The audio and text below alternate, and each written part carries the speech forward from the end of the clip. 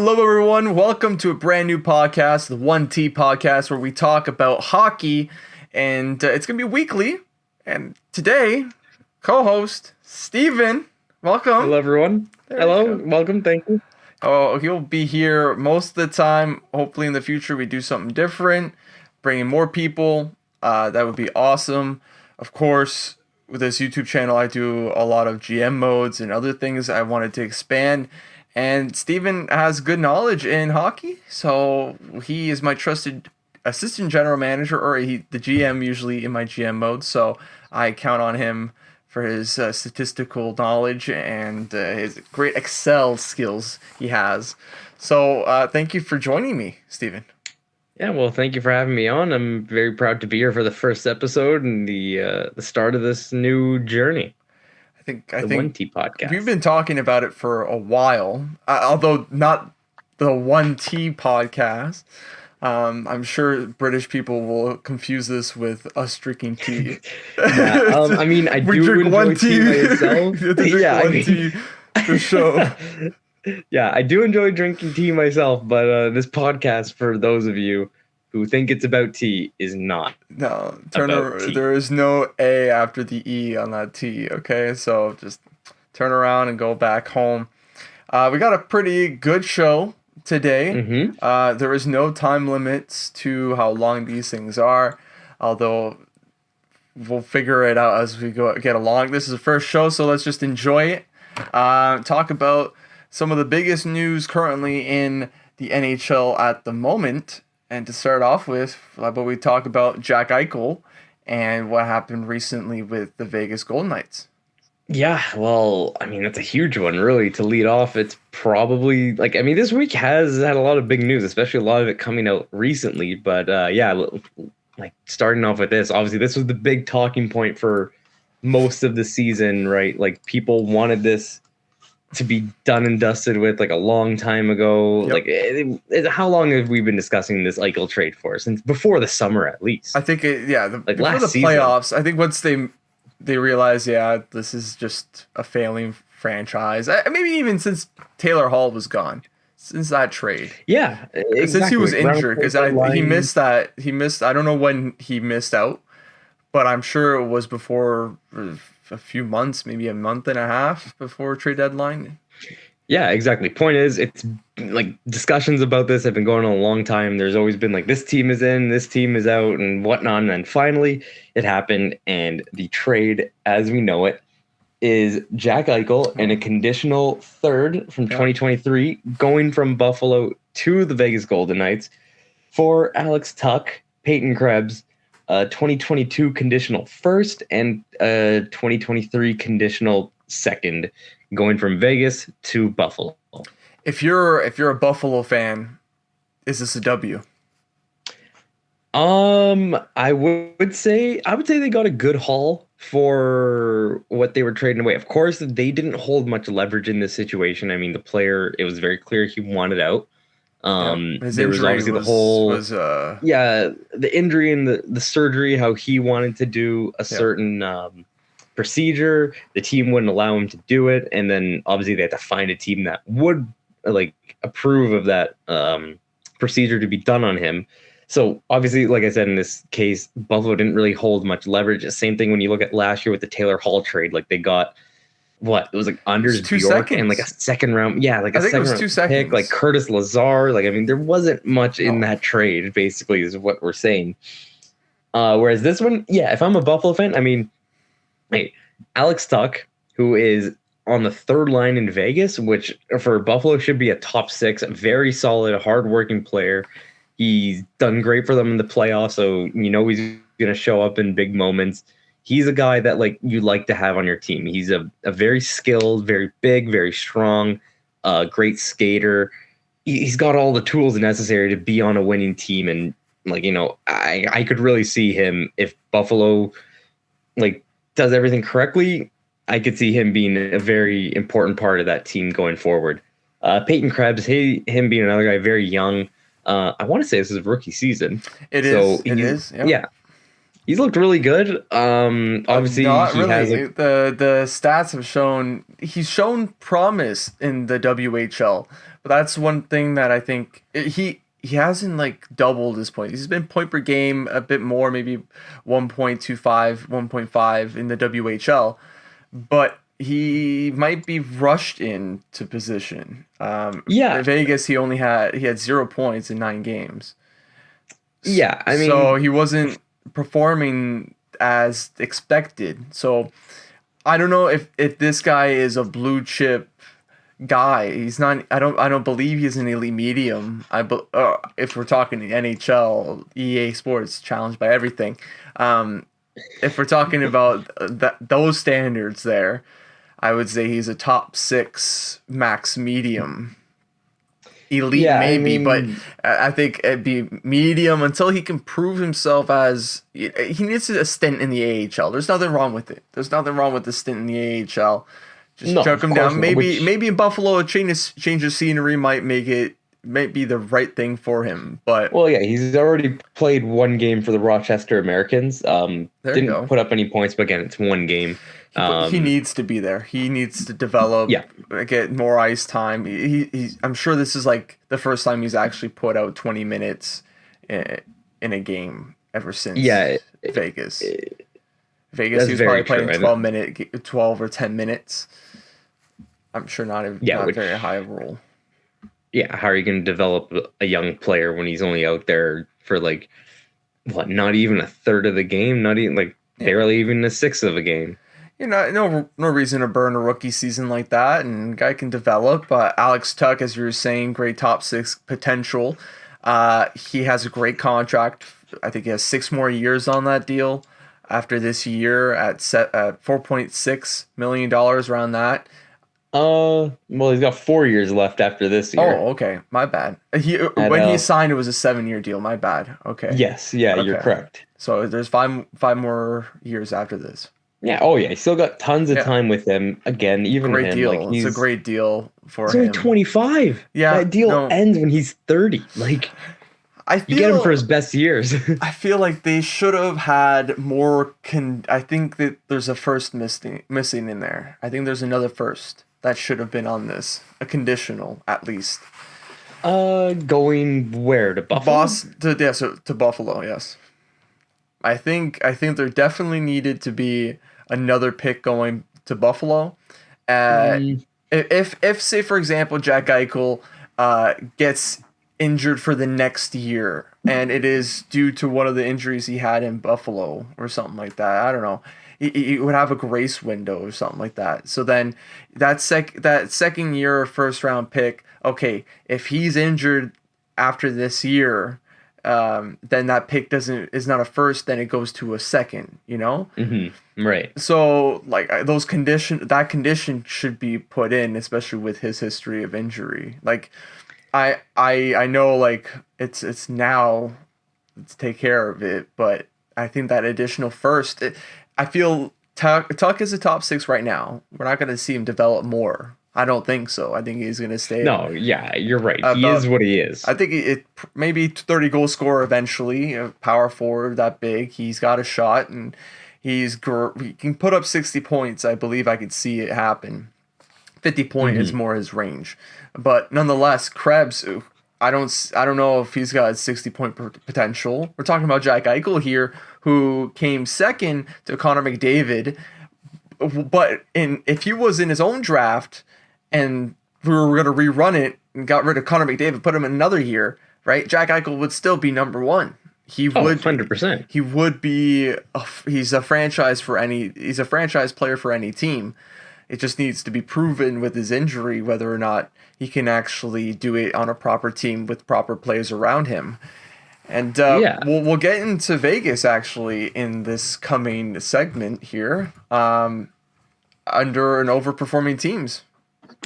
Yeah, that's another one. So we'll be talking about all the divisions: Atlantic, Metropolitan. I have it written down on my little pad here. Central and Pacific.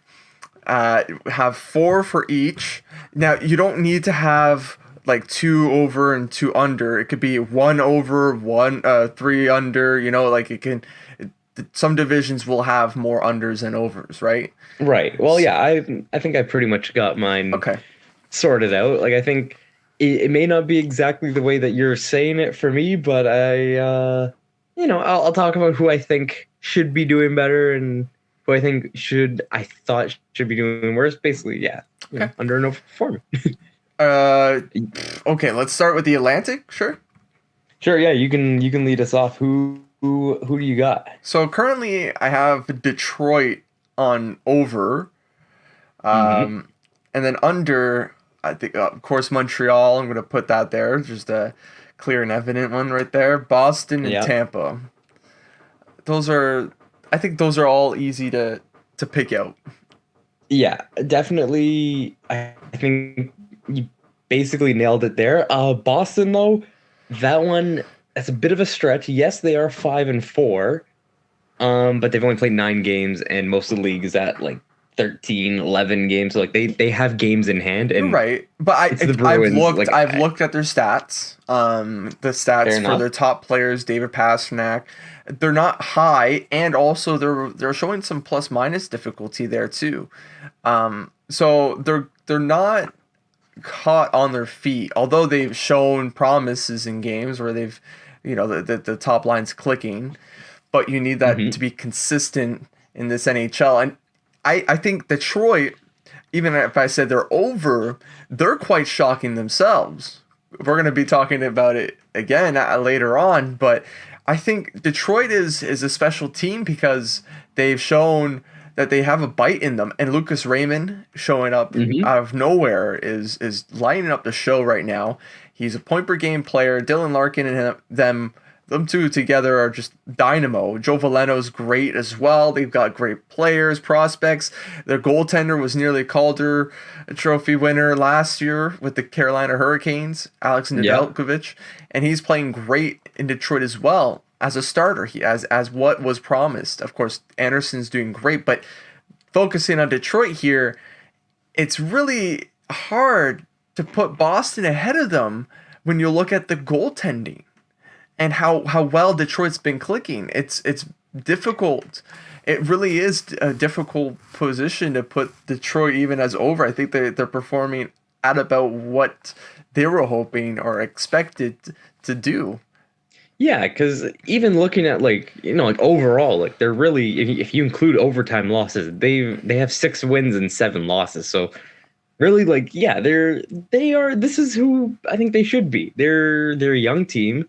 They're taking a step forward. They're not the garbage teams that we've seen in the past from Detroit. Like they're no longer. I don't think they're anymore like a bottom 5 NHL team. I think they moved up to that next tier where it's like you're not quite a wild card playoff team, but like you're not like a basement team either. You're just in that middle ground where like you're still developing. They're still young too, and they have youth everywhere in their lineup: forwards, defensemen, goaltending. Like that team. I mean, Yzerman, he knows how to build a winner. Look at Tampa Bay, and the team that he built obviously didn't get his name on the cup with them because he wasn't the GM when they won both years. But you could say he was the architect of that team. He brought everyone in, drafted all the guys, and gave them those amazing contracts. Which I mean.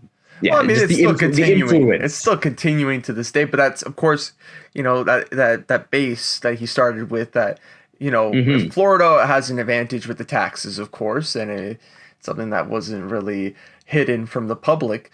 And with this, Braden Point's contract, we could get on to that. He's, Tampa is underperforming clearly. They won the cup. They are coming off slow. Of course, players are gone now. It's sort of expected that they would regress a little bit. They are still in the running, 6 wins, 3 losses, and 2 overtime losses. So they're still in it. I'm going to take that back. Tampa Bay, they were underperforming maybe 2 weeks ago. But now, even their point percentage. They also got Kucherov missing now. Right, they just lost him maybe 2 games ago. So there's even more players gone, and I don't think I'm saying they're underperforming and they're doing well, Like, I still think that they're going to make the playoffs. Oh yeah, I'm 100%. just saying. I still think they're going to win the division. Even I don't. I think Tampa would gladly not win the division. Gladly. of course, Let Florida go. Hell, if they meet Florida again, they'll be the underdogs, and clearly they will bite. They can bite. that's true. I mean, Patrick Maroon, bro, will come out and he will single-handedly pass through the first round for them. no, you're not wrong about that at all. And then Montreal. Did you have the same as me, right? So same under and over as me. Yeah, pretty much. I would like to add one after Montreal, but yeah, we'll talk about Montreal right now. Yeah, I mean, I'll let you handle this one since you're the resident Habs fan of this podcast. So this is I'll true. let you. You're wearing. I mean, we're all we're fans of the league. Yes, but of course, when it comes to Leaf for me, and when it comes to the Habs, I'll let you go first, and Thank you. then I'll come and chime in. Okay. Same thing, opposite. If it's the Leafs, I'll start. You can chime in after. I don't know. It doesn't matter. We don't. It's the first episode. we'll figure out organization later. Exactly. But we'll start with Montreal Canadiens. Yeah.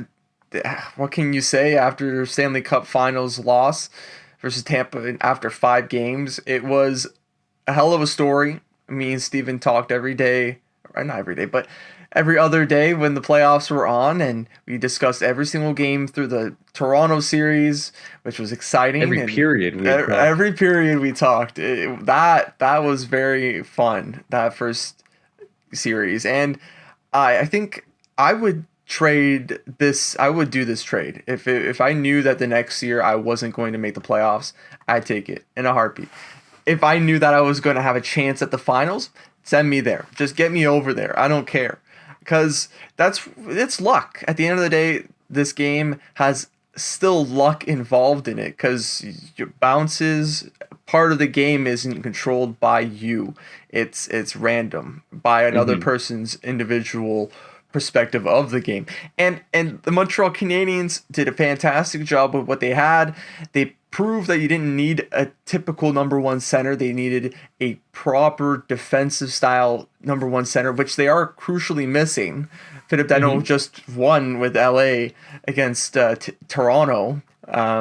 That's just typical Danault fashion. He loves to shut down the best players on the teams, and I think he's a big departure, of course, one. But, of course, Shea Weber, Carey Price, injuries go on. Kakiniemi acquired by Carolina, and we'll get into Carolina late once we go to the Metro. But it's been a series of unfortunate events that have occurred, and the pieces tried to be brought in weren't the right pieces to be brought in. I feel that I don't know. There's a disconnect maybe between the higher ups and the coaches of what players they actually have on board and what they actually need. I don't know from where that's from. I don't know. Ducharme's got his own mind, and Bergevin, he's been around for very long. So I think it's clearly underperforming. 3-10-0 after 13 games is not very exciting, although not the worst team in the league. Shocking. It's quite shocking that they're quite low. There's also Carey Price. We'll get into him later. That'll be a separate individual topic in itself. But that's about it for me for Montreal. Okay. Well, so I have a question to ask you, because obviously, yes, this is disappointing, being 3-10 after the last season and all that stuff. But before the season started, you guys, the news was out about Weber was going to be placed on the LTIR to start the season. The Carey Price news, that one came as a shock really late before the start of the season. It was the expansion draft. You're right. We knew he was going to miss time because of an injury. Yes. But then I'm talking about the news that we're going to get to later, with the substance abuse, that obviously that came out today or this past week, or no, it was today. It was today. But we knew that he was going into player assistance program, like right, and that kind of hit them right before the season started. That was pretty late in preseason. That's so, right. No, anyways, you're right. My question is, knowing all that going into the season, did you really think they were going to be like anywhere better than what they are right now? Like, no, of course not. With their injuries, Shea Weber is crucial to this team. Him and Jeff Petrie are the best defensemen this team has. David Savard was a hope and a dream to patch it up. Currently looks like Carl Alsner 2.0, a little better. He shoots on the right side, but it's not something that you would want to have. You need something that can push you a bit more. But I think it's dumb luck. And yes, I think a lot of things could have been different. Different acquisitions could have happened. I think that there's too many goal scorers on the Montreal Canadiens. Mike Hoffman, Tyler Toffoli, Cole Caulfield, and they're not performing. They weren't. Cole Caulfield was sent down to the AHL. Mm-hmm. So their ideas and what they thought the issues were once they got, okay, well, how are we replacing Shea Weber? How are we replacing Philip Danault? They got Dvorak, which has not looked anything like he was in Arizona. Kakiniemi has been striving in Carolina. So we're a little bit in the middle of everything, the thick of things. And yes, there was still optimism. Jake Allen's not a terrible goaltender, but yeah, let's just say, like, as I said, I would still do that trade any day of the week. Because that's really how it feels. Like it's a gamble every year. And that was their window, I suppose. Yeah, of course. I mean, lightning just struck. It kind of like the clock ran out. Like the clock. What am I trying to say? The clock hit midnight on them. But I mean, hey, it was a good run. You guys got a lot to enjoy and got some good memories out of it. That's right. That's often what happens. Teams like they get these Cinderella runs, and if it doesn't work out, then they're back to eternal pain. Eternal pain, but there's still hope. Vegas, just like them, Dallas, just like them. There's always hope. I think that the Montreal Canadiens aren't very far away from being competitive again. They have lots of pieces, and now the coming up of Kakiniemi and we wanted to maybe give him like more time in the juniors or in Sweden, right? In Finland, sorry. Give him more time over there instead of rushing him so quickly into the NHL. I hope that they can squander that myth that Marc Bergevin screws everything up, or they could just fire him. That's another one. I think that would be the best solution. But hey, I'm not in charge. I'm not Jeff Molson. I am afraid of when that day happens, because who the hell are we replacing with? I know people would say to replace him with a recycling bin. I'm like, no, well, we still need someone to actually work, okay? Like, a recycling bin works. It does work, but the city works for you, Steven. The city works for you, okay? The bin doesn't work for you. It's just a hole. It's just a hole you move around. Okay? I think the options for Marc Bergevin's replacement is terrible, especially because of the restrictions of the French and English. It's just not. I don't agree with it, but it is what it is. And Patrick Roy as a general manager or anything out there, I don't see it. I don't really see. There's like Luc Robitaille, I think there was, from the Los Angeles Kings. Yeah. But he recently signed there, and there was actually rumors that Bergevin was looking to go there, but he confronted that and said, no, actually, I want to stay here, preferably if the world was still spinning the right way. Anyway, so you ready for Metropolitan Division? Yeah, I am. Actually, I just want to say before we move on, sure, just a quick little thing. Like, not quite that they're overperforming. Yeah. They're not quite overperforming. Like, we expected them to be good.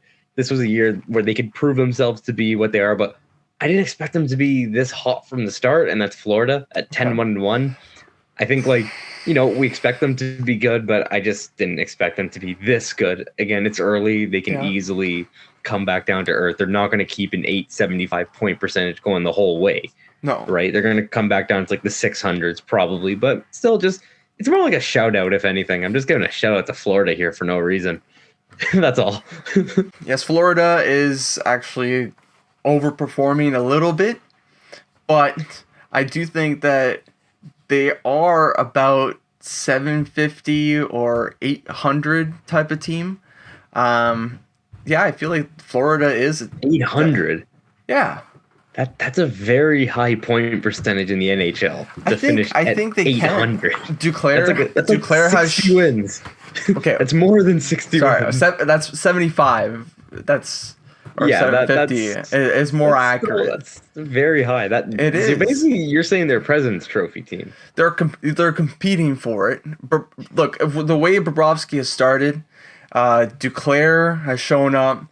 They have Barkov, Huberto, Ekblad. They've only added from then on Bennett, etc. They just have a flood of talent. Sure. I mean, didn't they also got Sam Reinhart as well? That's from right. Buffalo in a trade. So that's correct. Yeah, no, their offense is nasty. Even defensively, they got so many defensemen. Mackenzie Weegar is another guy who just kind of emerged last year and became this defenseman who's very good on both sides of the puck. Yep. And then Bob Bobrovsky's finally playing well. Maybe not up to the $10 million that his contract says, but still playing well. Look, I agree with you. I agree with you, but I don't agree with you because he's got, I think, a 1.75 for a save percentage right now.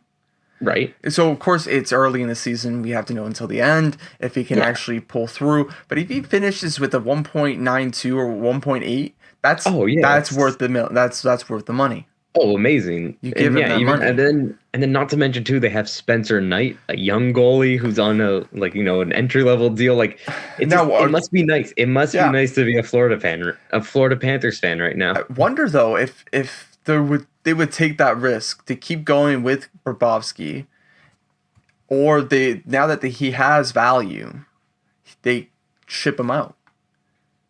Who needs to trade for a goalie and has $10 million in cap space?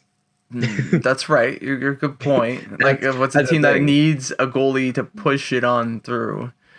You're right. I don't think there's any teams that'd be hungry enough to get that.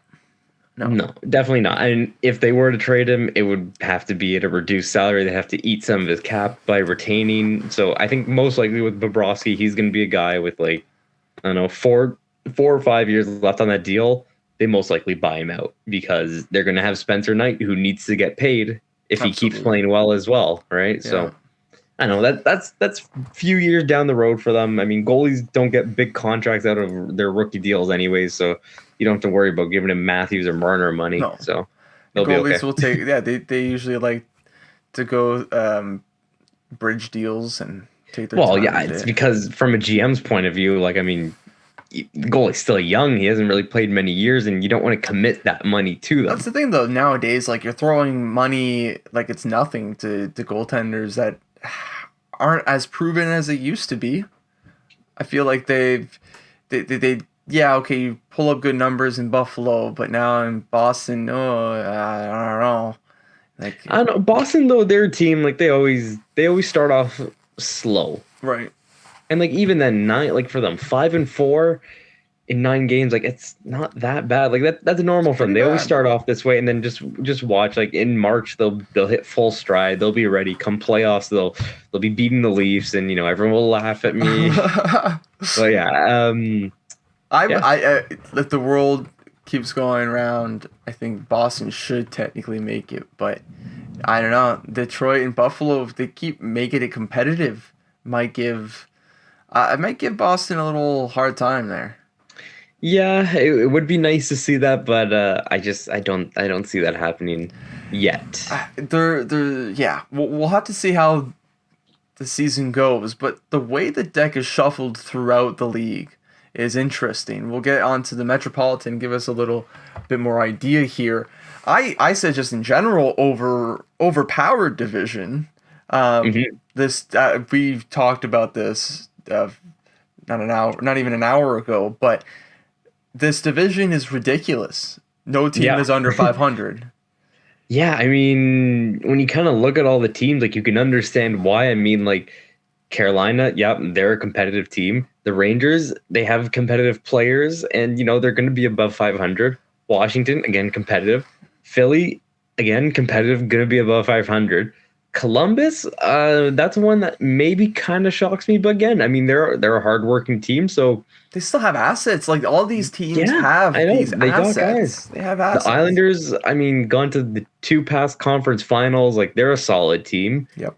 The Devils, that's one. Like okay, fine, but again, they have good players that you can understand why they're playing. They were this well. expected to do well. They were like it was either sink or swim, and they're trying to swim. But this division, everyone is swimming. And the whole league is dying. Again, though, it's so hard to make an assessment now because these guys, like they still haven't played. Like they've only played a handful of teams, right? That's so right. it's not till you play like everyone that like you can finally understand. Like okay, like what's going on? What kind of team are we, and who can we be? So I mean, 10 games. I usually like to assess teams at the 20 game mark, which we're coming up to. We're halfway to that, I guess you can say. So. I guess you want to talk about under overachievers so far. I guess I'll just kind of start us off right away. Like, I mean, again, the Devils overachieving. I think for sure they're overachieving. Like, I don't think they were. They are overachieving. I think they are performing at a rate that they are supposed to perform, that they expected themselves to perform. It's hard for me to say that they're overproducing because if they're overproducing, they would be currently over like the Rangers or Washington. But they're currently 7th. We're talking about the division alone. This division is too stacked. Yeah, I know, but that's the thing. I'm also looking at their points. Like right now, I think over is Philadelphia and Columbus. Columbus definitely. Philadelphia, no. I mean, I could see them being a wild card team. I could see them being there. They'll be over 500. 6-2-2 though. Yeah, that's an impressive record to start off the season. Nothing wrong with that. I like to see Philadelphia doing well. I do like to see it. I like to see all of them doing well, and that's what they're trying to do right now, and it's screwing us up right now. It really is. Islanders are underperforming. I guess in that case, then the Islanders would be underperforming. But it doesn't. That's why I'm saying. That's why I said. There really aren't any underperformers. There's no underperformers in this. That's fine. There's not at all. This division is full of overperformers at the moment, or just people. They're just all performing really well. Pittsburgh, you can't blame them because they're missing Crosby, Malkin, Letang, key pieces in their team, and they're still above 500. So like they're for what they have. I guess you could say they're overperforming as well. New Jersey, overperforming. They're performing just right, maybe underperforming, because they were expecting to have a playoff position. What about you? Anything else? Not really. I mean, again, like I feel like just things because it's early are looking weird. I mean, I do like to point this out because this one. I kind of noticed this like last week, even like when Washington had like a few less games played and a few less wins and losses, but it's still basically the same. So their record is 6-2-4.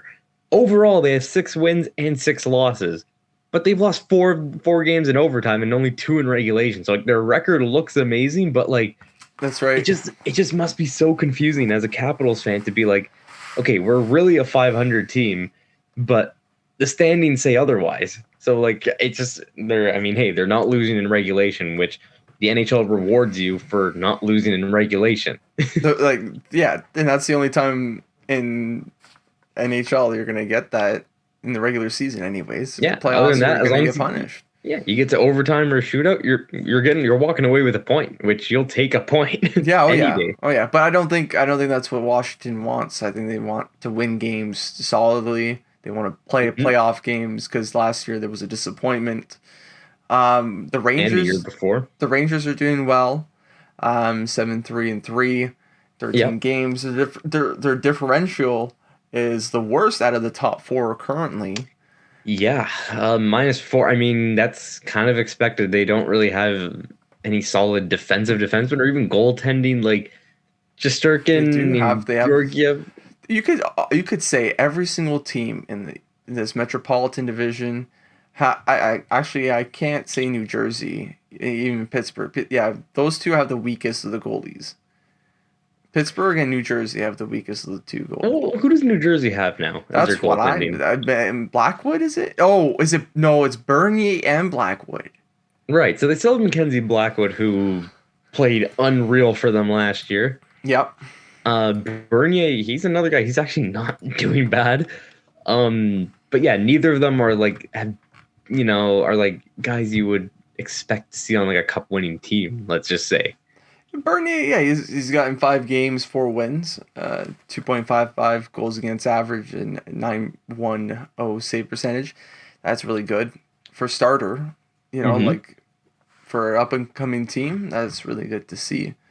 And no real point getters for New Jersey though. So Dougie Hamilton with just 6 points in 8 games. So I think that's a solid acquisition out of New Jersey there. Yeah, I mean, well, yeah, speaking of that, like looking at their goals for, they've only scored 26 goals, which is 1 behind the Islanders and many behind anyone else in their division. Wow. So they're defensive. Yeah, it's looking that way. Like, I mean, only 30 goals against. Like, the Islanders have 25 against. Philadelphia has 25 against. Carolina has 20 against, but that's because they're just unreal. Yeah, I mean... Do you want to know something? What's that? The replacement of Dougie Hamilton has 10 points in 10 games. Tony DeAngelo. Oh my god. The cancer of the New York Rangers. Yep. is lighting it up right now. I know. He's like an early Norris candidate. Like, it's insane. Yeah. Norris candidate. Yes, Barry Kotkaniemi with 3 points in 10 games. Not too hot, but still positive. This Carolina is just clicking. They got 1 loss. Finally, they have a loss. Mm-hmm. A loss to Florida, so another really good team. They haven't lost to a team that has like less than 10 wins. They just got the 1 loss, man. And other than that, I gotta say this stacked. This is just stacked. Next one. Yeah, sure. Central, I guess. Yes, the Central. So, I got 2 overs and 2 unders. Okay, let's hear them. So for over, I got Nashville. Yep. And I got Minnesota. Okay. I'd like to hear the Minnesota one first. I think they're a good team. Okay. I'm not saying that they're not a good team. I just think that currently they're too high up on the standings. It's a lie. They're overperforming in the standings. Okay, yeah, that's fair. But again, you can always put that down to just we're 10 games in. We're 11 games in, right? So I think that like their players aren't even playing that hot either. I looked at their stats. A lot of minuses here and there. Points, not really. No one's got a point per game. I think honestly, I think Colorado's gonna be coming back up. Mm-hmm. I don't think Minnesota's keeping there. They got just a +1 differential. I don't think they can hold on to anything right there. Yeah, exactly. I mean, yeah, looking at all their games, like they just win by one goal. Like that's all it is. They only play in 1-goal games. They're not they don't even have good goaltending either. Like, so it's not.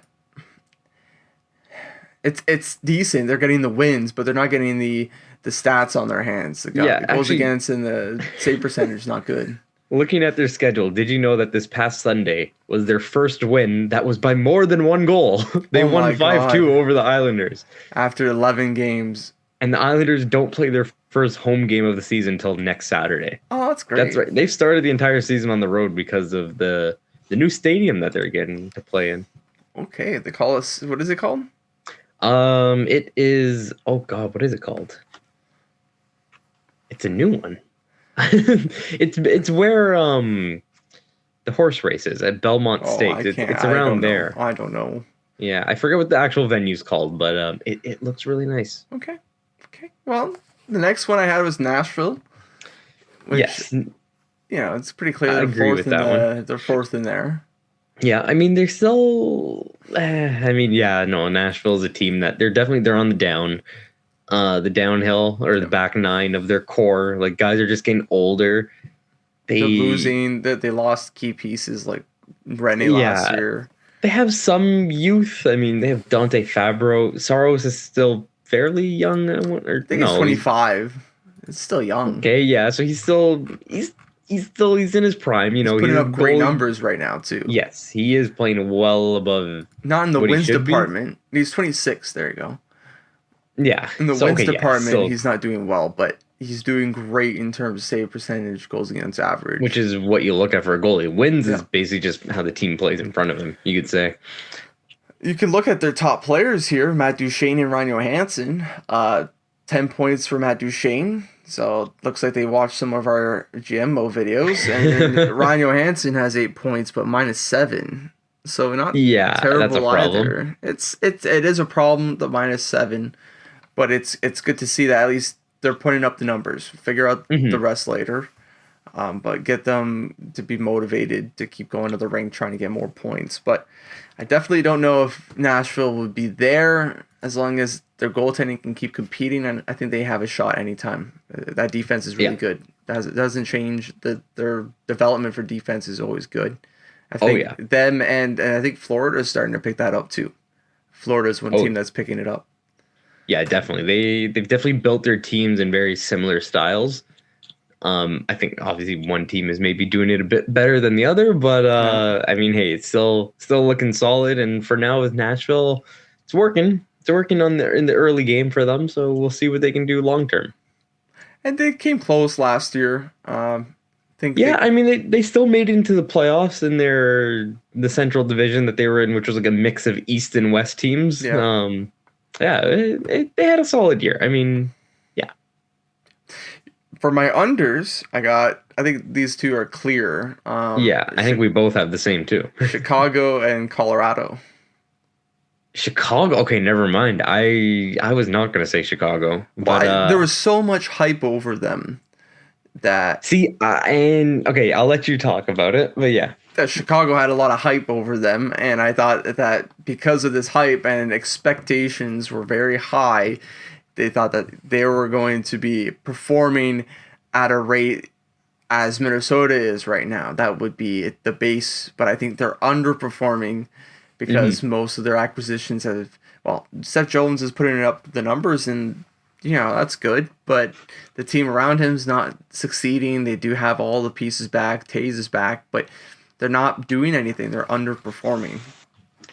Yeah, I mean, I'm going to be honest with you. When I heard people hyping up Chicago all summer long, I was just like, what? Like, what do you see on this team? There's potential. That's literally it. That's the past potential and what comes next. I mean, I don't know. Are you looking at the team here? I am looking at the team. Marc-Andre Fleury is not having a good time right now. No, and I felt really bad for him when he got traded to Chicago. When that trade was announced, I was like, the poor guy is going to be suffering on a team that won't be doing him many favors. And I mean, so far, not wrong. They're 2-9-2. I mean, again, I was having a discussion actually on the weekend with someone I was working with. And they were talking about, we're just kind of talking about Chicago. And they were saying, like, yeah, they expect them to be good with Taves coming back and all these guys that they have. Like, they looked exciting. And I just said, yeah, I wasn't buying it. Like, I've seen this team play, ever since they won their cups. And, like, you can see they just slowly been declining. And, like, 2018, 2019 weren't great years for them. And they missed the playoffs both those years. And I think you can really see from that point onwards that just things needed to change. Did they win in that the round robin? Yeah, that was in 2020 in the qualifying round. But again, if that was a full season, they wouldn't have been near the playoffs. Well, look at the Habs too. Again, they wouldn't have been near the playoffs that year as well. I sort of look as Chicago and Montreal could probably be like exact replicas. They look essentially the same, other than one's more focused on the other. Carey Price, for one, this contract is huge, and Shea Weber as well.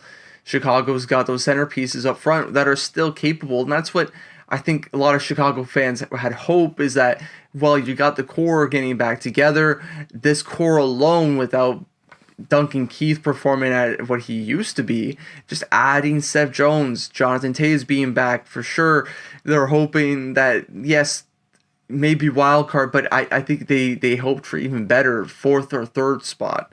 I think that was definitely there. They told themselves that was a thing, and that's why I have them under, because the organization themselves thought that they were gonna do. They're gonna do a lot better. They're gonna be a 600 type of 650, but now they're 231. So that's a hard stretch. That's half or even more of what they were projected, and I think.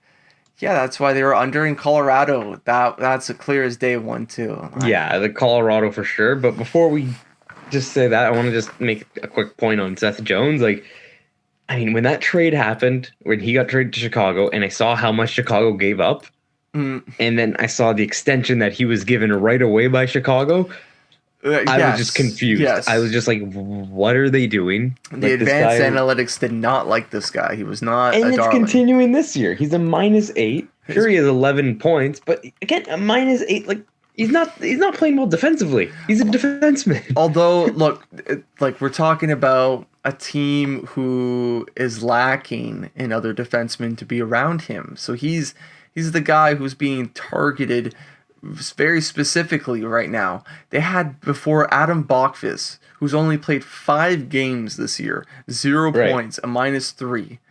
Not great statistics. If I'm comparing Adam Bokvis to Seth Jones, I would take Seth Jones in a heartbeat over Adam Bokvis. I think that was a good trade. I don't think it's Seth Jones' fault. In fact, Seth Jones is having a resurgence of a type of year. Although the team around him, it's like Quinn Hughes in Vancouver. Although I think he has a bit better situation. Seth Jones in the same ballpark. He's currently stranded in an island, and he's the best defenseman there, and he's got to carry the weight. And that, I guess, I don't know.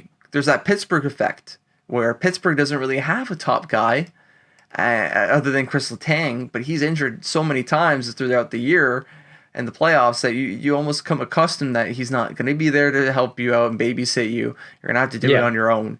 And you build around that. You build knowing that this guy probably won't be here. And Pittsburgh still plays well. They show up every night. They try their hardest. I mean, they have guys that, again, they just have guys in that locker room that have that winning mentality. Because you look at 16 and 17, those back-to-back cups, and then, you add Crosby and Malkin into the mix, and it's just like, holy, like, they're still an unreal team. Yeah, even new players feel the same amount of pressure that the players from then who won the cup feel. Exactly. They feel the same because they gotta compete with those guys. They gotta compete for their line spot, but also to be their teammates. They gotta compete for each other. And that was it for Central. Oh, we didn't even talk about Colorado. No, yeah, we got to go to Colorado now. Yeah. Yeah. They are underperforming a huge. At a magnitude, I don't know who you had as the other under. Who was your other under? I mean, maybe I didn't. I was gonna say Dallas. Okay. I was just gonna I'll just quickly touch upon it. Sure. Again, I'll just put him as an underperformer because, I mean, 4, 5, and 2 is not what I expect them to be. But at the same time, they were this team last year as well. So maybe this is just the team they've become, and that cup final appearance in the bubble was just luck. Kind of like how it was for Montreal last year. It was just a magical run, and then they ran into Tampa, who just was really good. Gave them the business. They're not even playing poorly. A little bit of production's missing from the top guys. Miro Heiskanen has 11 points right now in 11 games. The goaltending, even Braden Holtby is having a resurgence type of year. He's having a great year. Very good to see. I yeah, they are underperforming for what they have. Ryan Suter, new addition to the team, hoping to bring more stability to the decor. Maybe they're having a tough time gelling together. Might be a thing that maybe a goaltending change could get a little bit more life out of this. Someone that's more adept to taking on this team. I don't know who's currently the coach for Dallas, but Rick Bowness. yeah, Rick Bonus. I mean, one thing that I'm seeing though, when I look at their roster again, I mean, problem with most teams that are underperforming right now is just a lot of minuses, which to me just speaks out on they're defensive not play. too And bad. again, They're not too bad. no, they're not. They're not terrible. Again, it's early, so And the it's best hard the to better say. players, like the better players are not the ones that have, well, John Klingberg, Alex Radulov. There's Yeah, actually a okay, lot of them. All their top players are like minus you're four right. or worse. Yeah, Um, yeah. I mean, the only positives on the team that I'm seeing are Guryanov, who only has 2 goals and he's a goal scorer, so there's a problem. And then Kiviranta and Hakanpää and everyone else is either. Oh, we got Thomas Harley, who's played 3 games and he's a +2. Maybe he should play more games. Yikes. But yeah, I Thomas Harley. mean, I don't know. Their team again. Maybe this is just who they are. Like they were like this last season. They were always, I remember, like at 500 on the brink of a playoff spot, but just couldn't get the job done. I always thought they would get the job done, especially when Sagan came back from injury. I'm like, that's the help they needed. Sure, he hasn't played in like all year, and he's going to be jumping onto a moving train. Yeah. I still thought they would use that as like big help and just be motivated by it, but I don't know. It's continuing into the early part of the season. Of course, now the good news for Stars fans is that they have 71 games to improve on that, which is always a silver lining, and that's how you got to look at it for all these teams. They're not Just out of it. They're not out of just it. because they are where they are now doesn't mean they're going to be here in April. But I think for Chicago and Arizona, they will be there in April. I think so too. Chicago did get rid of their coach. So, like it's still not too late, as we just said. I mean, 2-9-2 is not a great record. Arizona, they know what they're doing. They want to rebuild. This is it. Yeah. Chicago was not on that track, and I think the coach change, the general manager being gone, it's maybe a new environment for these players, and if it doesn't get better anytime soon, I think there's going to be a lot of trades. I think at least 2 guys in Chicago are going to be gone. Oh, yeah, for sure. Because they're going to realize, like, oh, we actually need to rebuild now, which is what they should have been doing from a couple years ago. But they were just in denial. Or Sam Bowman was in denial. They were in denial because, like, you're waiting on Jonathan Toews most of the time. That guy's injured. Patrick Kane's injured. It's hard to make these decisions, especially these big name $10 million players. You got Carey Price when he got injured first, and the Rangers. I think he is the player that gave me a new light to the injury scene. When you're talking about a superstar player that makes over $10 million, these guys need more time than you think. They get injured. They need more time to have therapy because they're the guys that are being attacked most out of all the players on the league. And goaltenders are one of them. Patrick Kane, Jonathan Toews, they're going to be targeted first and foremost by the biggest guys out there because they know night in and night out that these guys can put it in the net. And that wears down on you. Of course, they're hoping, and that was a proper hope for Stan Bowman, is that these guys have this magical juice that they've had since the Stanley Cup. They've drank from the fountain of youth, and they still have it. Of course, right now it's not paying off. New coaching change hopefully could change that. But Colorado, we're going to talk about, they don't have any change. They seem to improve other than losing Darcy Kemper in the offseason. I mean, gaining Darcy Kemper. Sorry, did they gain? Oh, yeah. Yes, they traded for him. They traded, but they lost, what's his face? Grubauer. Yes, he was a free agent. Where did he end up to again? Seattle. That's right. Seattle, yep. Same division. That's great. Oh no, Nope. that's a different division. Why am I mixing it up? Anyways, the team that's not doing too badly. They still got a couple guys who are point per game. Um, got some pretty bad minuses though. Cale Makar being one of them. Yeah, I mean, yeah, I was just kind of looking at that too. Like, they're the guys who you expect to perform, they're putting up numbers, but then, like, I'm looking at their depth. Like, I mean, Tyson Jost, 2 points in 10 games and a Penalty minus minutes, man. one. Nazem Kadri, 24 penalty minutes in 10 games. Yeah, I think that's because And that's Jack Johnson. Jack Johnson's got 22. That's not they. good. I'm wondering they might have gotten like ejection, so that's automatic 10 minutes in penalties Okay. in one game. So You're right. it could be because of that. I'm not too sure. I'm pretty sure Kadri did something a Kadri little. like. Yeah, exactly. Very Kadri-esque, we'll say. But yeah, I mean, just again, I'd say for them, it's just their depth. I mean, Nichushkin's only played one game. I don't know if he got hurt in that game. But then again, they have Jack Johnson, who, I mean, Pittsburgh made him look good last year, which confused me. They make anyone look good, honestly. They have that Yeah. power to do Very that. true. I mean, he's actually a +1, so he's not doing too bad. Darren Helm, though, -4. That's not good for the depth. Again, Gerard, their top defensemen, Gerard and Makar, hard minuses 8 and 7. Yeah, well, I mean, where's Devin Taves, actually? Now that I look at it. Oh, there he is. Yeah, He's only played one game. yeah. He's injured. Oh.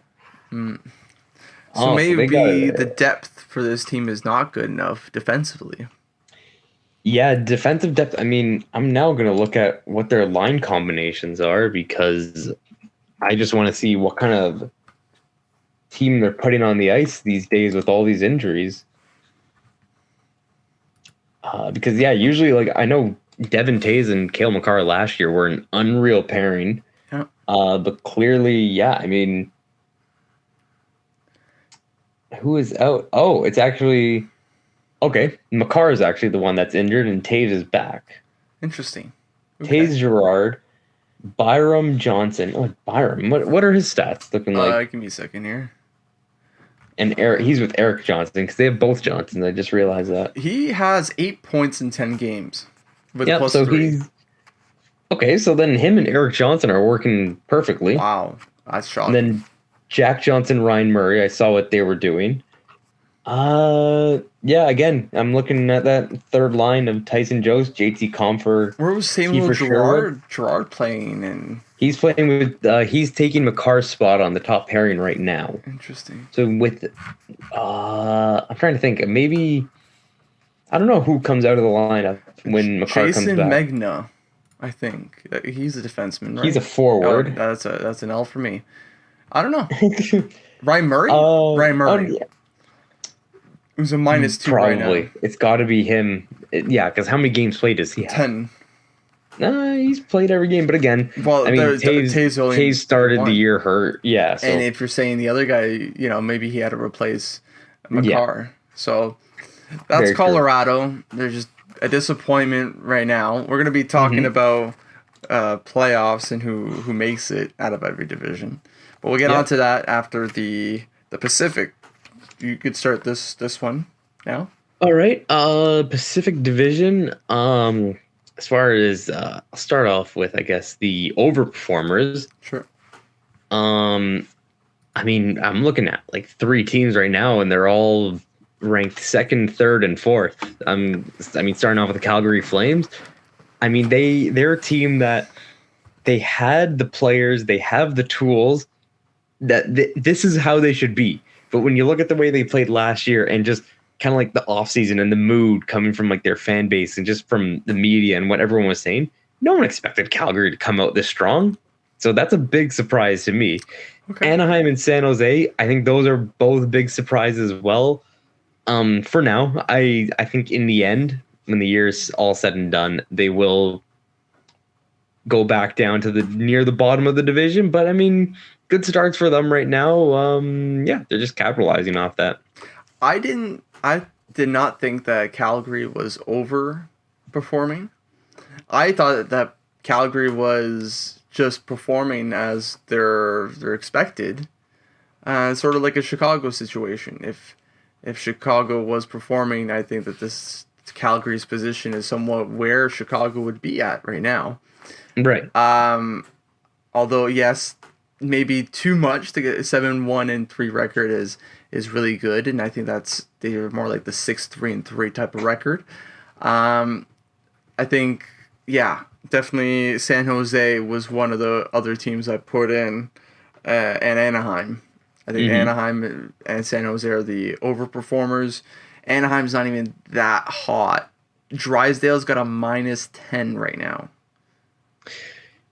Oof, yeah, I know. He's had a rough time adjusting. Trevor Zegras and him have been having a tough time. Yeah, it's really unfortunate, but I mean, obviously, the team they still have John Gibson as well, one of the best goalies in the league. Yep, absolutely. Yeah. I mean, I don't really know what else there is to say about them. They're just playing well at the moment. San Jose, I'm happy for them. Happy that they're doing well. James Reimer is doing a fantastic job there. Yeah, he is. And Erik Karlsson is trying to turn his game around. He's trying to look different, sort of like Drew Doughty. He's also in that division as well. We could talk a bit about them. I think that they're not overperforming right now. Definitely no. Not. They're right where I thought they would be. No, they have about the same record as San Jose. One game played extra, so it's not even a big deal. James Reimer is doing great in San Jose. Let's look at points for Karlsson. Where are you? Is he not even playing? Karlsson? No, he is. I don't even see him. He has no points. What do you mean? I don't think he's playing at all. I think you're blind. It's very much a possibility. I will take the blind. Yeah, no, I've looked through the list about 6 times. Okay, you're right. He isn't being shown. You weren't wrong about that. Wow. So they're doing this without a similar situation to Buffalo without Eichel. No, but they do have Erik Karlsson. Of course they have Erik Karlsson, but he's injured. He has to be injured. No. What do you mean no? He's injured now. Well, injured now, man. He wasn't. Well, it would show that's you. Why he's. It would still show you his points. Yeah, he's got 6 points in 7 games. That's why can't I see it? What the fuck? No, you're right. The San Jose Sharks website. I'll just explain this for people. Like, yeah, we're both looking at the Sharks website stats, right? Is that where you're looking too? Yes. Yeah, I guess when a guy gets hurt, they don't include them on their stats. You're right. They absolutely should, because it's not like they go away. But yeah, no, that's why I was gonna say, like, he's off to an amazing start. He just got injured. He's got 2 goals, 4 assists in 7 games. Like, he's Erik Karlsson again. You know what I mean? Hopefully he can keep that pace going. That would be really nice. And he's a +2. He's finally not a minus player. There we go. What do you know? He's probably really happy and just keeping that positive attitude throughout the whole thing. That's what he needs to focus on. Under. Do we have unders for this one? I've got 2. I've got 2 as well. Okay. All right. You pitch one, I'll pitch the other. I think I'll take the easy one. The Vegas Golden Knights. There you go. Perfect. Although with them, just injuries galore. That you want to talk about eternal pain? They're going through it right now. Yeah, I think it's not as bad as Montreal, but they do have a struggle right now with the injury. I mean, you're without Pacioretty, you're without Stone, you're without Karlsson, you're without. Hey, Karlsson's not even like your 3rd line center, all right? Chandler Stevenson's your number 1 center, okay? Yeah, and then Karlsson's your number 2 center. No, he's like your 4th. Okay, well, when Eichel's playing... Oh, Eichel, there's another injury. They adopted his injury. His injury. It's true. They did replace a healthy player for an injured one, so... I guess... Well, one healthy player. Alex Tuck is also injured. Okay, there you go. Okay. But that's what I mean. Like, they've just had injuries all year, and it's like, how can they... Oh, Matthias Janmark. There's another injury. Like, they just have guys everywhere. I think Nolan Patrick's also injured too. Yeah. There we go. Yeah. Like, that's what I'm saying. Like, you're just helping my point. First line, second line, third line, fourth line. All throughout the lineup, there's an injury. Yep. It's like none of their lines are the way they should be. They're playing mostly AHL guys in their forward core. And that's the thing, that they were brought up on these type of guys. They had their goaltending at first. Yes, of course, you had Marc-Andre Fleury, but then you have freaking what's his name, Malcolm Subban, come out of nowhere doing great. Mm-hmm. There was injuries. There was injuries upon injuries. That was the thing. Injuries. In their first season, Fleury got hurt. Yeah. Subban got hurt. Oscar Danza then got hurt, and then the guy to replace them, I think it was like Maxime Lagacé, he got hurt. Like their 4 starting goalies were all hurt. All playing well. Every single one of them. And 900s, over 900s. Well, boom, injury. Yep. It was a bug. It's unreal. It's unreal. I mean, they battled through that and still made the playoffs. I mean, they won their division. Finals. Yeah, went to the finals, exactly. So will this be able to stop them? I don't know. I think they'll bounce back when everyone comes back and they're healthy again. I think they'll go right up to battling it out with Edmonton for the division lead. Jack Eichel, Pacioretty, back. Yeah, it's so hard to go up against that team when they're fully healthy and feeling it. Like, that's a team I don't want to run into. Well together. Could Eichel be too much? You know, there is such thing as too much. You're right. I mean, it could be, but they needed that number one guy. But Chandler Stevenson right now is acting like this number one guy. 12 points. Yeah, in but 12 how games. long will he keep that up for? You have a good point. But that's the thing. Like he's proven in the playoffs and currently in the regular season that he has that capability. He does. It's just about just how consistent will he be with it, or like that's the thing. Are you going to take a chance on him, or would you rather have a guy who you know is a top player in Jack Eichel, and like you don't need? There's low risk with Eichel. No, I think depth is great, and they have but that's also difficult to say. It's like Chandler Stevenson, 12 points in 12 games. Nicolas Roy, in 10 games, he's got 8 points. These are both very young centers. Or not very experienced guys, and they're putting up these numbers at a positive rate, plus minus wise. Well, because they have to. They have to, but is it a Pittsburgh situation, or is it like these guys? I think I'm hoping that these guys can turn it around, and keep this pace. I think they're gonna have too many centers at one point. Of course, you could shift a center to a wing. But I believe that their effectiveness is really where they are playing right now. Chandler Stevenson, number one line. We'll have to see if that hopefully doesn't change the center dynamic of this team that is already fragile. And yeah, maybe you have that number one center, but if the other lines fail too, what's the point, right? Yeah, no, very true. We don't know yet, Jack Eichel, if he'll fit in, and I'm sure at the beginning it'll look rosy and dandy, but then after a while might have some questions. Carlson, is he necessary? Do we have too much center depth? Chandler Stevenson, Nicolas Roy, can we get cheaper? Questions will arise, especially with the cap. These guys are accumulating so many high-end talent that they're going to have to... They're definitely juggling right now. Oh, yeah. Such a great team. The next under, I don't know if you have the same one, but Vancouver was mine. Yep, I am agreeing with that. And, I mean, it's clear and evident. They got the players that they wanted to sign. They got Pettersson. They got Hughes.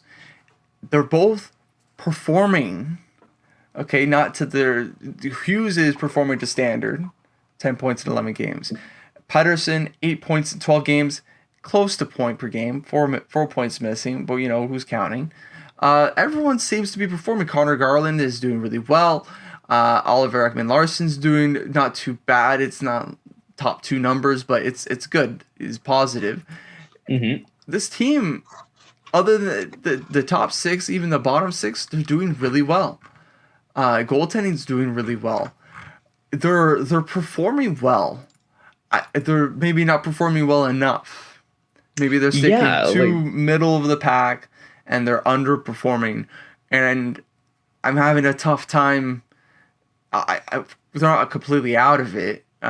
We said it before. Like, look at the wins here: 9-7, 6-6, 6-6, 5-4. Right, the margins are really close.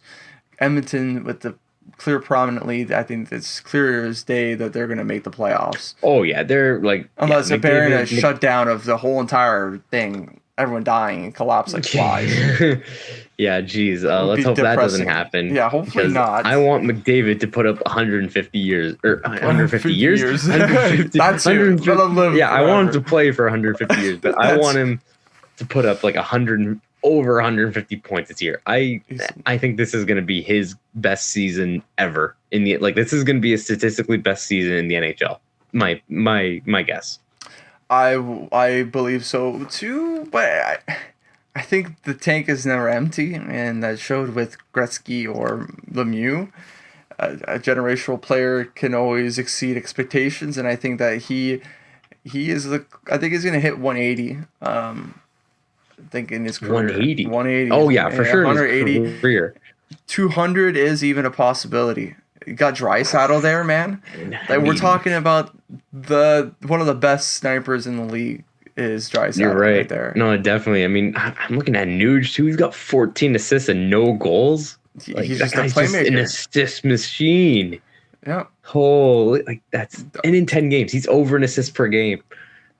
And Zach Hyman, he's minus right now, but he's point per game as well.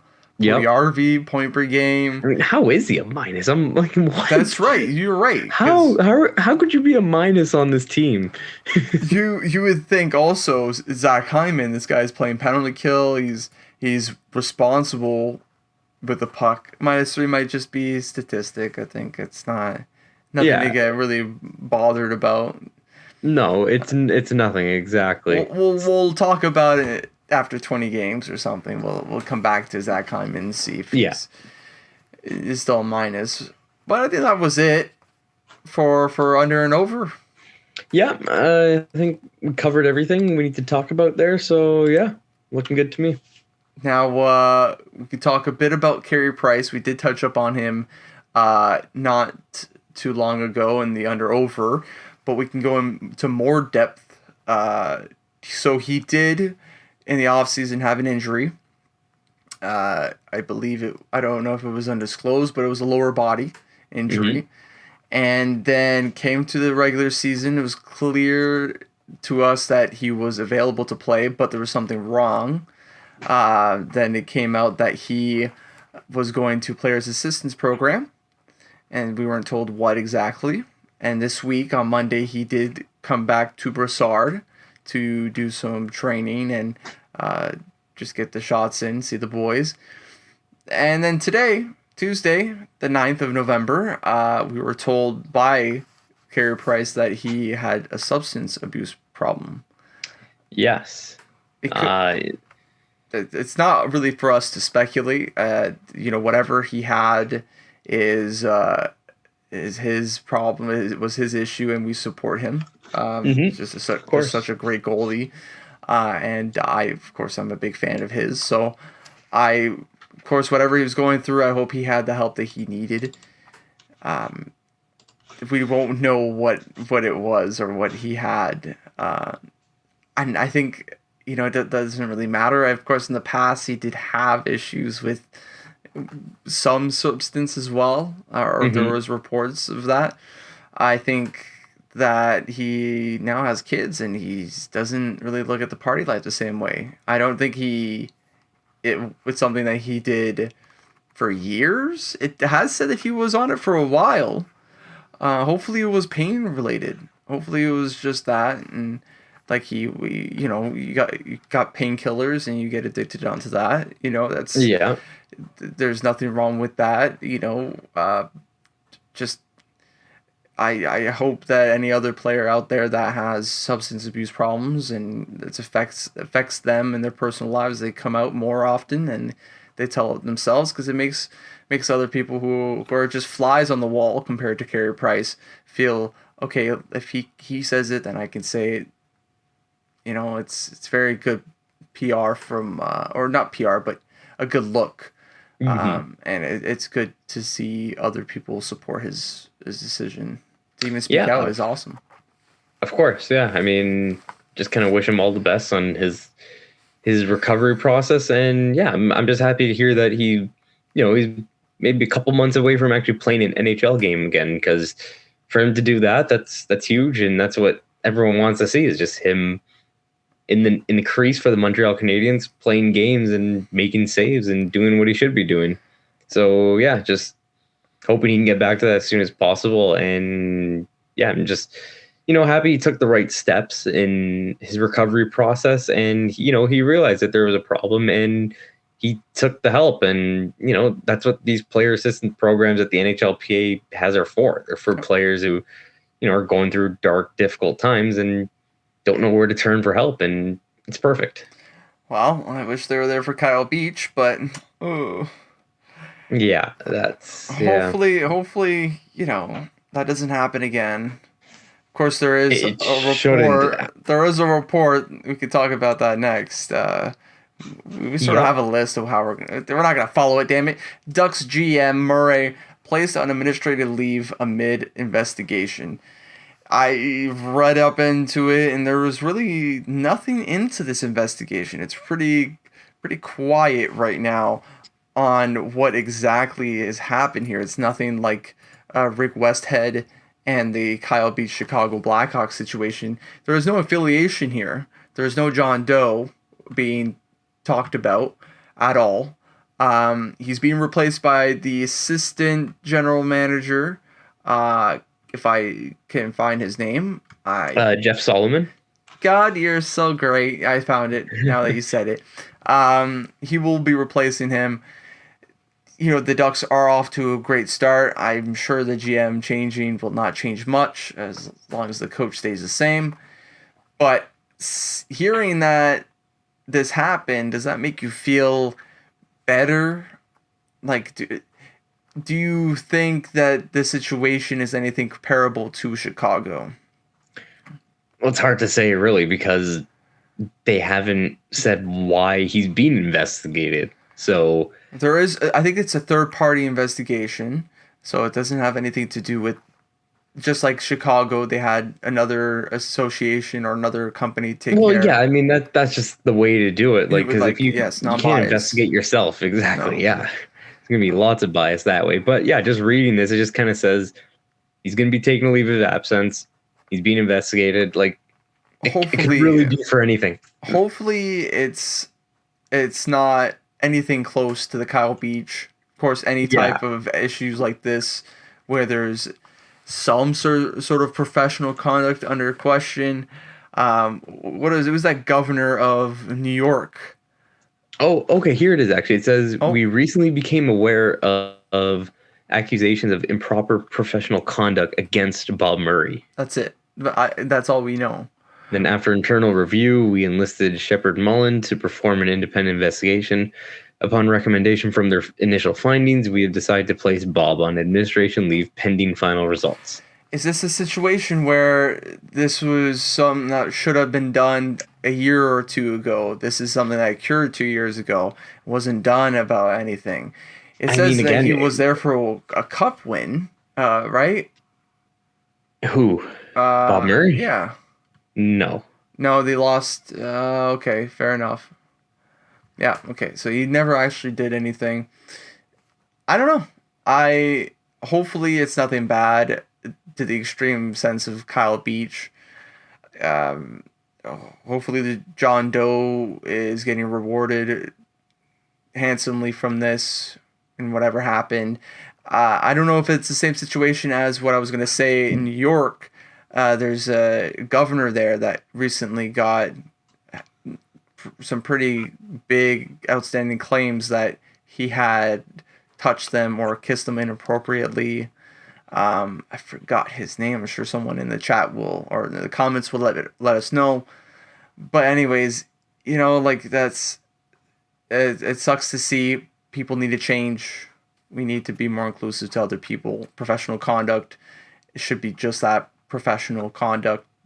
It should be no kissing or anything like that. Just handshakes. Call it a day. Yeah, I don't know. Who knows what the situation is? Hopefully, it's not just like, I sent this girl a text. It's like, there's hundreds of Zoom videos that you can go online and see they're nude on a Zoom call or whatever. Yeah. So, anyways, we'll wait and see. We'll update you guys on any information on this news story. Yep, And of course. last but not least, our predictions for the end of the year. I know we're a little off on our timing, but I think it's never too late. It's never too No. late to do predictions. I mean, the only time it'd be too late is when the season's over. That's right. We do can do our predictions for the next year. Yeah, we'll do our predictions for tomorrow. There you go. Keep it updated for you guys. No, yeah, I guess, do you want to kick us off with this one? Sure. I mean, actually, last time I did it, but just to clarify, every division, the top 4 teams, you can throw in a fifth one. That's fine too, because you never know if wildcard spots can go to the 5th team. So, Atlantic, how about you start off? All right. Well, for the Atlantic, and again, this is based off my thinking. So I kind of have to go back to how I was thinking before the season started. Do you have it in order, or do you have it randomly? I have it in order. Just asking. I got Tampa Bay at number 1. Yep. Toronto number 2. Okay. Florida number 3, and then Boston 4th as a wild card. Wow. Yeah. That's crazy because I have Florida, Toronto, Tampa. Flipped your Florida State teams. I threw in Detroit. Detroit in 4th. And then Boston 5th. Do you think it's Detroit so tight? It's so tough between them two. No, but do you think Detroit is going to be a wild card team? I think it's between them and Boston. I think Detroit has the talent. Hold on, wait. It's between them and Boston. Okay, so I think Detroit will likely take over as long as you think Detroit's going to make the playoffs this year. Now, there's a report. Tuukka Rask said that he's a cheap goalie that Boston can have. He returned from a hip injury, but it's still unclear whether or not he can play up to his standards. They need that goaltending help in Boston. They're lacking in it. And I mean, Jeremy Swayman's got a good goals against average. Save percentage is at .900. Linus Ullmark, .918 save percentage, good. Goals against average, not bad either. I don't know. I believe Detroit has something special. And you see it from how they've been playing against these top teams and been competitive throughout. It's a little bit of a surprise. It's a division that has this bottom part where it could switch every year. There will be surprises. I think you could arguably say you don't know who the hell is going to make it. Toronto could miss the playoffs. People were thinking that. I was one of them, that Toronto could miss the playoffs. Jack Campbell being your number 1 goalie, injury prone, is a risk. It's a risk. And Peter Mrazek, 2 injury prone goalie. He's been injured twice so far this year. Yeah, he's out again for 4 weeks. It's nothing that, I mean, Toronto has seen before. They've always seen goaltenders being injured, but reliability, that's something that I'm afraid of with Boston. Their goaltending is good, but I don't know. Detroit might have an edge. I think just honestly, I like your reasoning and it makes sense.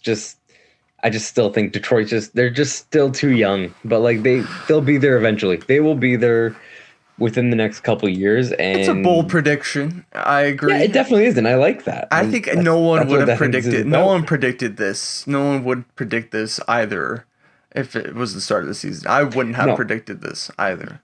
No, you're right. I wouldn't say this prediction, but I feel just from this 10 games that it makes me feel that this division is a lot tighter than we think, or maybe in 10 more games we'll see. Okay, well, there's some disparity and Boston takes a lead officially. Of course, yeah. But that's it for the Atlantic. Metropolitan. Who's your 5th, anyways, in the Atlantic?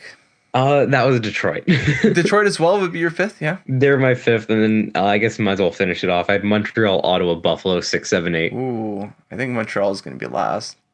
They honestly, I think Ottawa and Buffalo are going to fight for that second last spot. Most likely Ottawa. Enough. I feel Ottawa is going to be worse. That's fair, man. Cheap tickets for me. There you go. Okay, Metropolitan. I think this one we may have some similarities. Carolina, Yep. the Islanders, Yep. Columbus. Okay. I said Rangers, but I'm more leaning on the Columbus, Washington, and Pittsburgh. What about New Jersey? I don't think they can make that. This is Wait, this is your top 5. Okay, yes, right. yes, So wait, it was Carolina, Islanders, yep. Islanders, Columbus, right? Washington, And Pittsburgh. Columbus has Okay. had such a great start to the season, and They have it. Yep. they've shown a lot of promise. Of course, Pittsburgh we don't know fully healthy, but with such a strong division, it might not matter what Pittsburgh wants. As long as true. everyone's winning, Columbus will be ahead. As long as both teams keep progressing what they're doing. I mean, for Columbus, it's all about just building off the start that they've gotten themselves so far. Yeah, I mean, okay, yeah. So Carolina and the Islanders, I have those the same as well. Okay. 1 and 2. Like, I think we got no arguments there. No. I have Washington third, Okay. just because I think they're a solid team, and they're going to be out there. Pittsburgh, I have fourth as a wild card team. I also have Boston as a wild card team, so one from each division. Sure. And then I have the Rangers fifth, Flyers sixth, and Blue Jackets seventh, and then Devils in eighth. Okay. Devils in eighth. Right. Yeah, again, I don't know, like that division is just so stacked. I think Columbus is a very hardworking team. Philadelphia, they're a solid team. Again, I think Philadelphia and the Rangers, despite them being fifth and sixth, they will be close to the playoffs. Like in the Eastern Conference, it's so hard. Like if I were to put it into like the Eastern Conference standings, I'm putting them as year 9 and 10. So I'm putting them above Detroit, but below Boston and Pittsburgh. Okay. So you think there's gonna be 5 teams in the Metro in the playoffs? No. Oh, still 4. Okay. 4. I got 4. It's 4 and 4 for that. I understand. Yeah. Ovechkin's got 21 points in 12 games. Point per game, nearly in goals. Well, yeah. I mean, that's all. That's what it's about for him now. It's just about chasing Gretzky's goal record. He's got 10 assists. This guy's also giving the passes. Because when you're playing well, you do everything, and you do everything well, and just the points just show up for you. You know, it's like he's just playing at that level right now where like just everything is working for him. He is the dust storm, and everything just following through with him. Exactly. Yeah, he's causing the chaos. Goaltending is troubling in Washington. They don't really have a 1A guy. They just have 1Bs. Yeah. Well, who is it? Samsonov and Vanacek, right? Vanacek is leading with 9 games played and 3 wins. 2.51 goals against average and a 906 save percentage. Samsonov, how many of those games worse. has he started, though? Samsonov has only played 5 games. Right, that's how many games they've played, but I'm asking how many games have they started? That's a good question. Because I think at the end of the day, your starter is Vanacek. Was what it's looking like right now. Yeah, right now it definitely is looking like that. Their goaltending is not hot, and that's why I think it's not.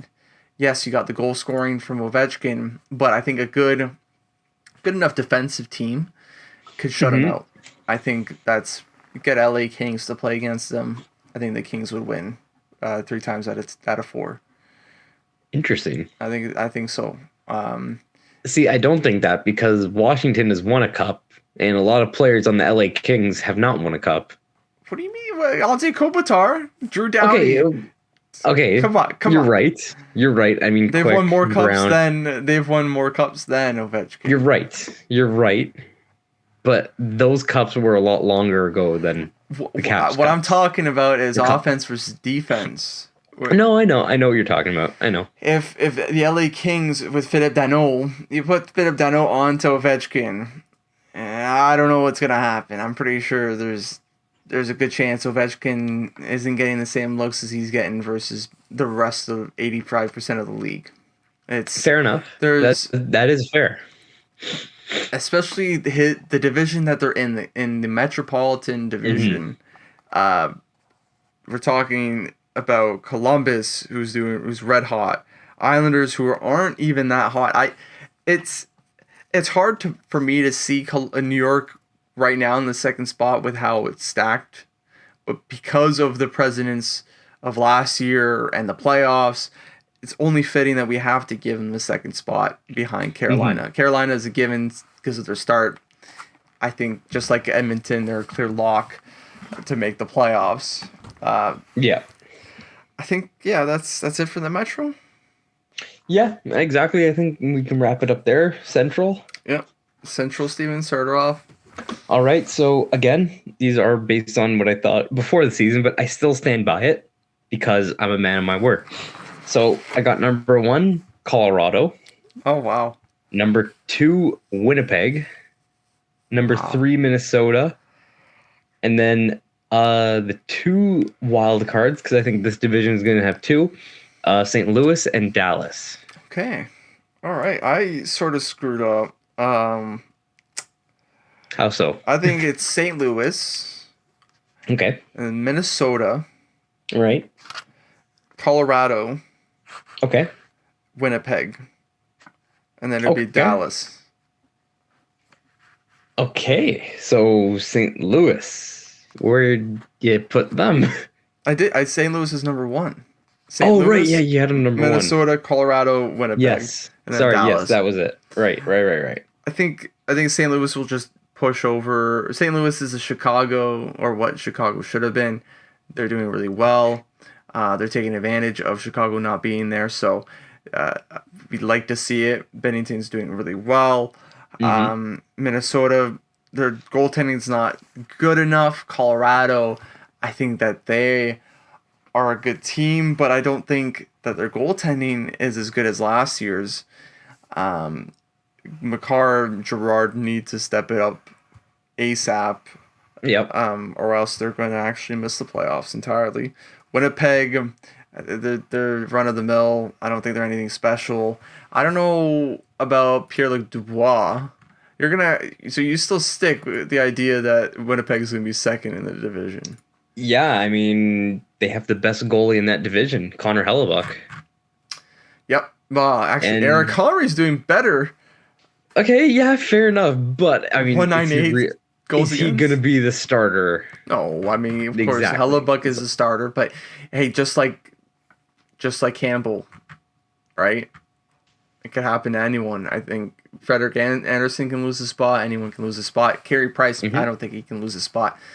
But I think if Eric Comrie kept on his game and he did well, Pierre-Luc Dubois, 11 points in 11 games.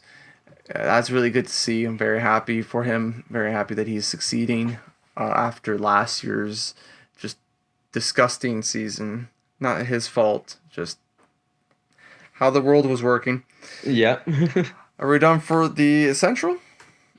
Yeah, I mean, if you want to just go over the bottom 6, I had Nashville, Chicago, Arizona. Or the bottom 3. I'm sure that sounds fantastic, Steven. I'm sure it just sounds perfect. Fair enough. All right, and then Pacific. Yeah, you can lead us off at this one. Got Edmonton, Calgary, okay, Vegas, the Kings, and then the Sharks. Right. So, but wait, this one. Oh, I should have asked what the other one. Between the 4 and 5. Well, I'm just giving the top. I'm just giving the top 4 for every division, even if they don't the wild card. That's why I add the 5th one just in case. Right. There was that chance. I'm not even looking at I'm looking at their individual divisions at a max of a 5 because wild cards can go up to a 5. Okay. So if the circumstances came up to 5, Pacific would be Edmonton, Calgary, Vegas, Kings, and Sharks. That would be my top. I have a similar top. Actually, I have 2 differences in the top 5 there. Okay. I'm sure it'll be the bottom here. So, well, I have Vegas at 1, Wow. Edmonton at 2. Well, is that changed, or is that from the No, beginning this of the is still season? what I stand by. This is still what I stand Okay. by. All right. Because again, like I think this early, like before the season starts, I'm not going to then change my projection because 10 games said I should change it. No, no. Because 10 games, the next 10 games could be the complete opposite for any of these teams. Yeah. So, again, that's why I stand by what I say. Canucks I have in 3rd, Okay. Kings in 4th, and then Seattle 5th. Wow. So yeah. Well, how about we talk about how I was saying it? If Yeah, they're- yeah. Like, oh yeah. Okay. Sorry. You think Seattle's gonna make it? Wow. Or would Yes. make it? But again, like That was if we're before. talking teams actually making the playoffs, I don't see like LA or Seattle being. I could see them being around the wild card, but I still think it's going to be St. Louis and Dallas that actually take the wild card spots. If I had to look at it again, I'd say Vancouver over Kings for the 4th spot. Kings would be the 5th, especially like their youth is doing well currently. The goaltending is doing hot. I think it's just a matter of time where they should turn it around. And the Kings aren't too hot, so it shouldn't be that hard to get over them. Yeah, It's really a tight division. Other than that the top two there, Edmonton and Calgary are pretty hot up there. Calgary could just slip or have one injury and it could all stumble. yeah. I mean, I could see that very well going for Calgary, that they just slip up or something goes wrong and then they go into a downward spiral, and that's the end of the Flames season. We're actually seeing Markstrom play up to his potential, which I love to see. Anytime a goaltender comes back from Oh yeah, Dubnyk, like when he came back in Minnesota and played really well, that was awesome to see. it really was. You're right about that. Dubai, what am I saying? Peter Budaj, and Oh yeah, Peter Budaj. Yeah, and in Boston when he played there was awesome. yeah. Or was it? Yeah, Peter Budaj. I'm mixing it up. It's Halak when he played in Boston. Oh, okay, that's what you're talking about. Yeah, Yes. because I was gonna say Budaj in Boston. That doesn't Never ring a bell, happened, but no. sure, I'll trust you. It was Halak. I'm mixing them up. Okay, makes sense. I think once Budaj left Montreal, it was it for him. I don't know if he ever played a game after. Budaj. Yeah, I don't think so. I think he went back to Europe. Maybe. Good chance. Yeah, But yeah, I think that's it for this episode. yeah. That's a good start. It was long. I think it was longer than I anticipated. Yeah, I'm looking like an hour. We hit the hour and a half point. Yes, it's gonna be an hour and a half, clearly, and I'm very excited to keep this going. Yeah, so am I. We'll have maybe more people for the whole episode, for certain segments. We'd like to bring in more people. If you're one of them, let us know. But for now, we're keeping it between me and Steven. We'll just talk about hockey. So come back every week. It won't be a definitive day of the week, but we will be here. Leave a like and subscribe for more content and ring that bell. Yeah, down just somewhere. It's somewhere. Look around, damn it. Okay. If you're on mobile or desktop, it's here. If you're on console, I guess it's over. It's also here. I'm just gonna make an outro video with you explaining where to click. Click here. Click here if you're on here. If you're in space and you're Click on upside my down, nose. click on my nose. And I'll poop myself. Oh. All right, guys. See you guys in the next one. Peace. See ya.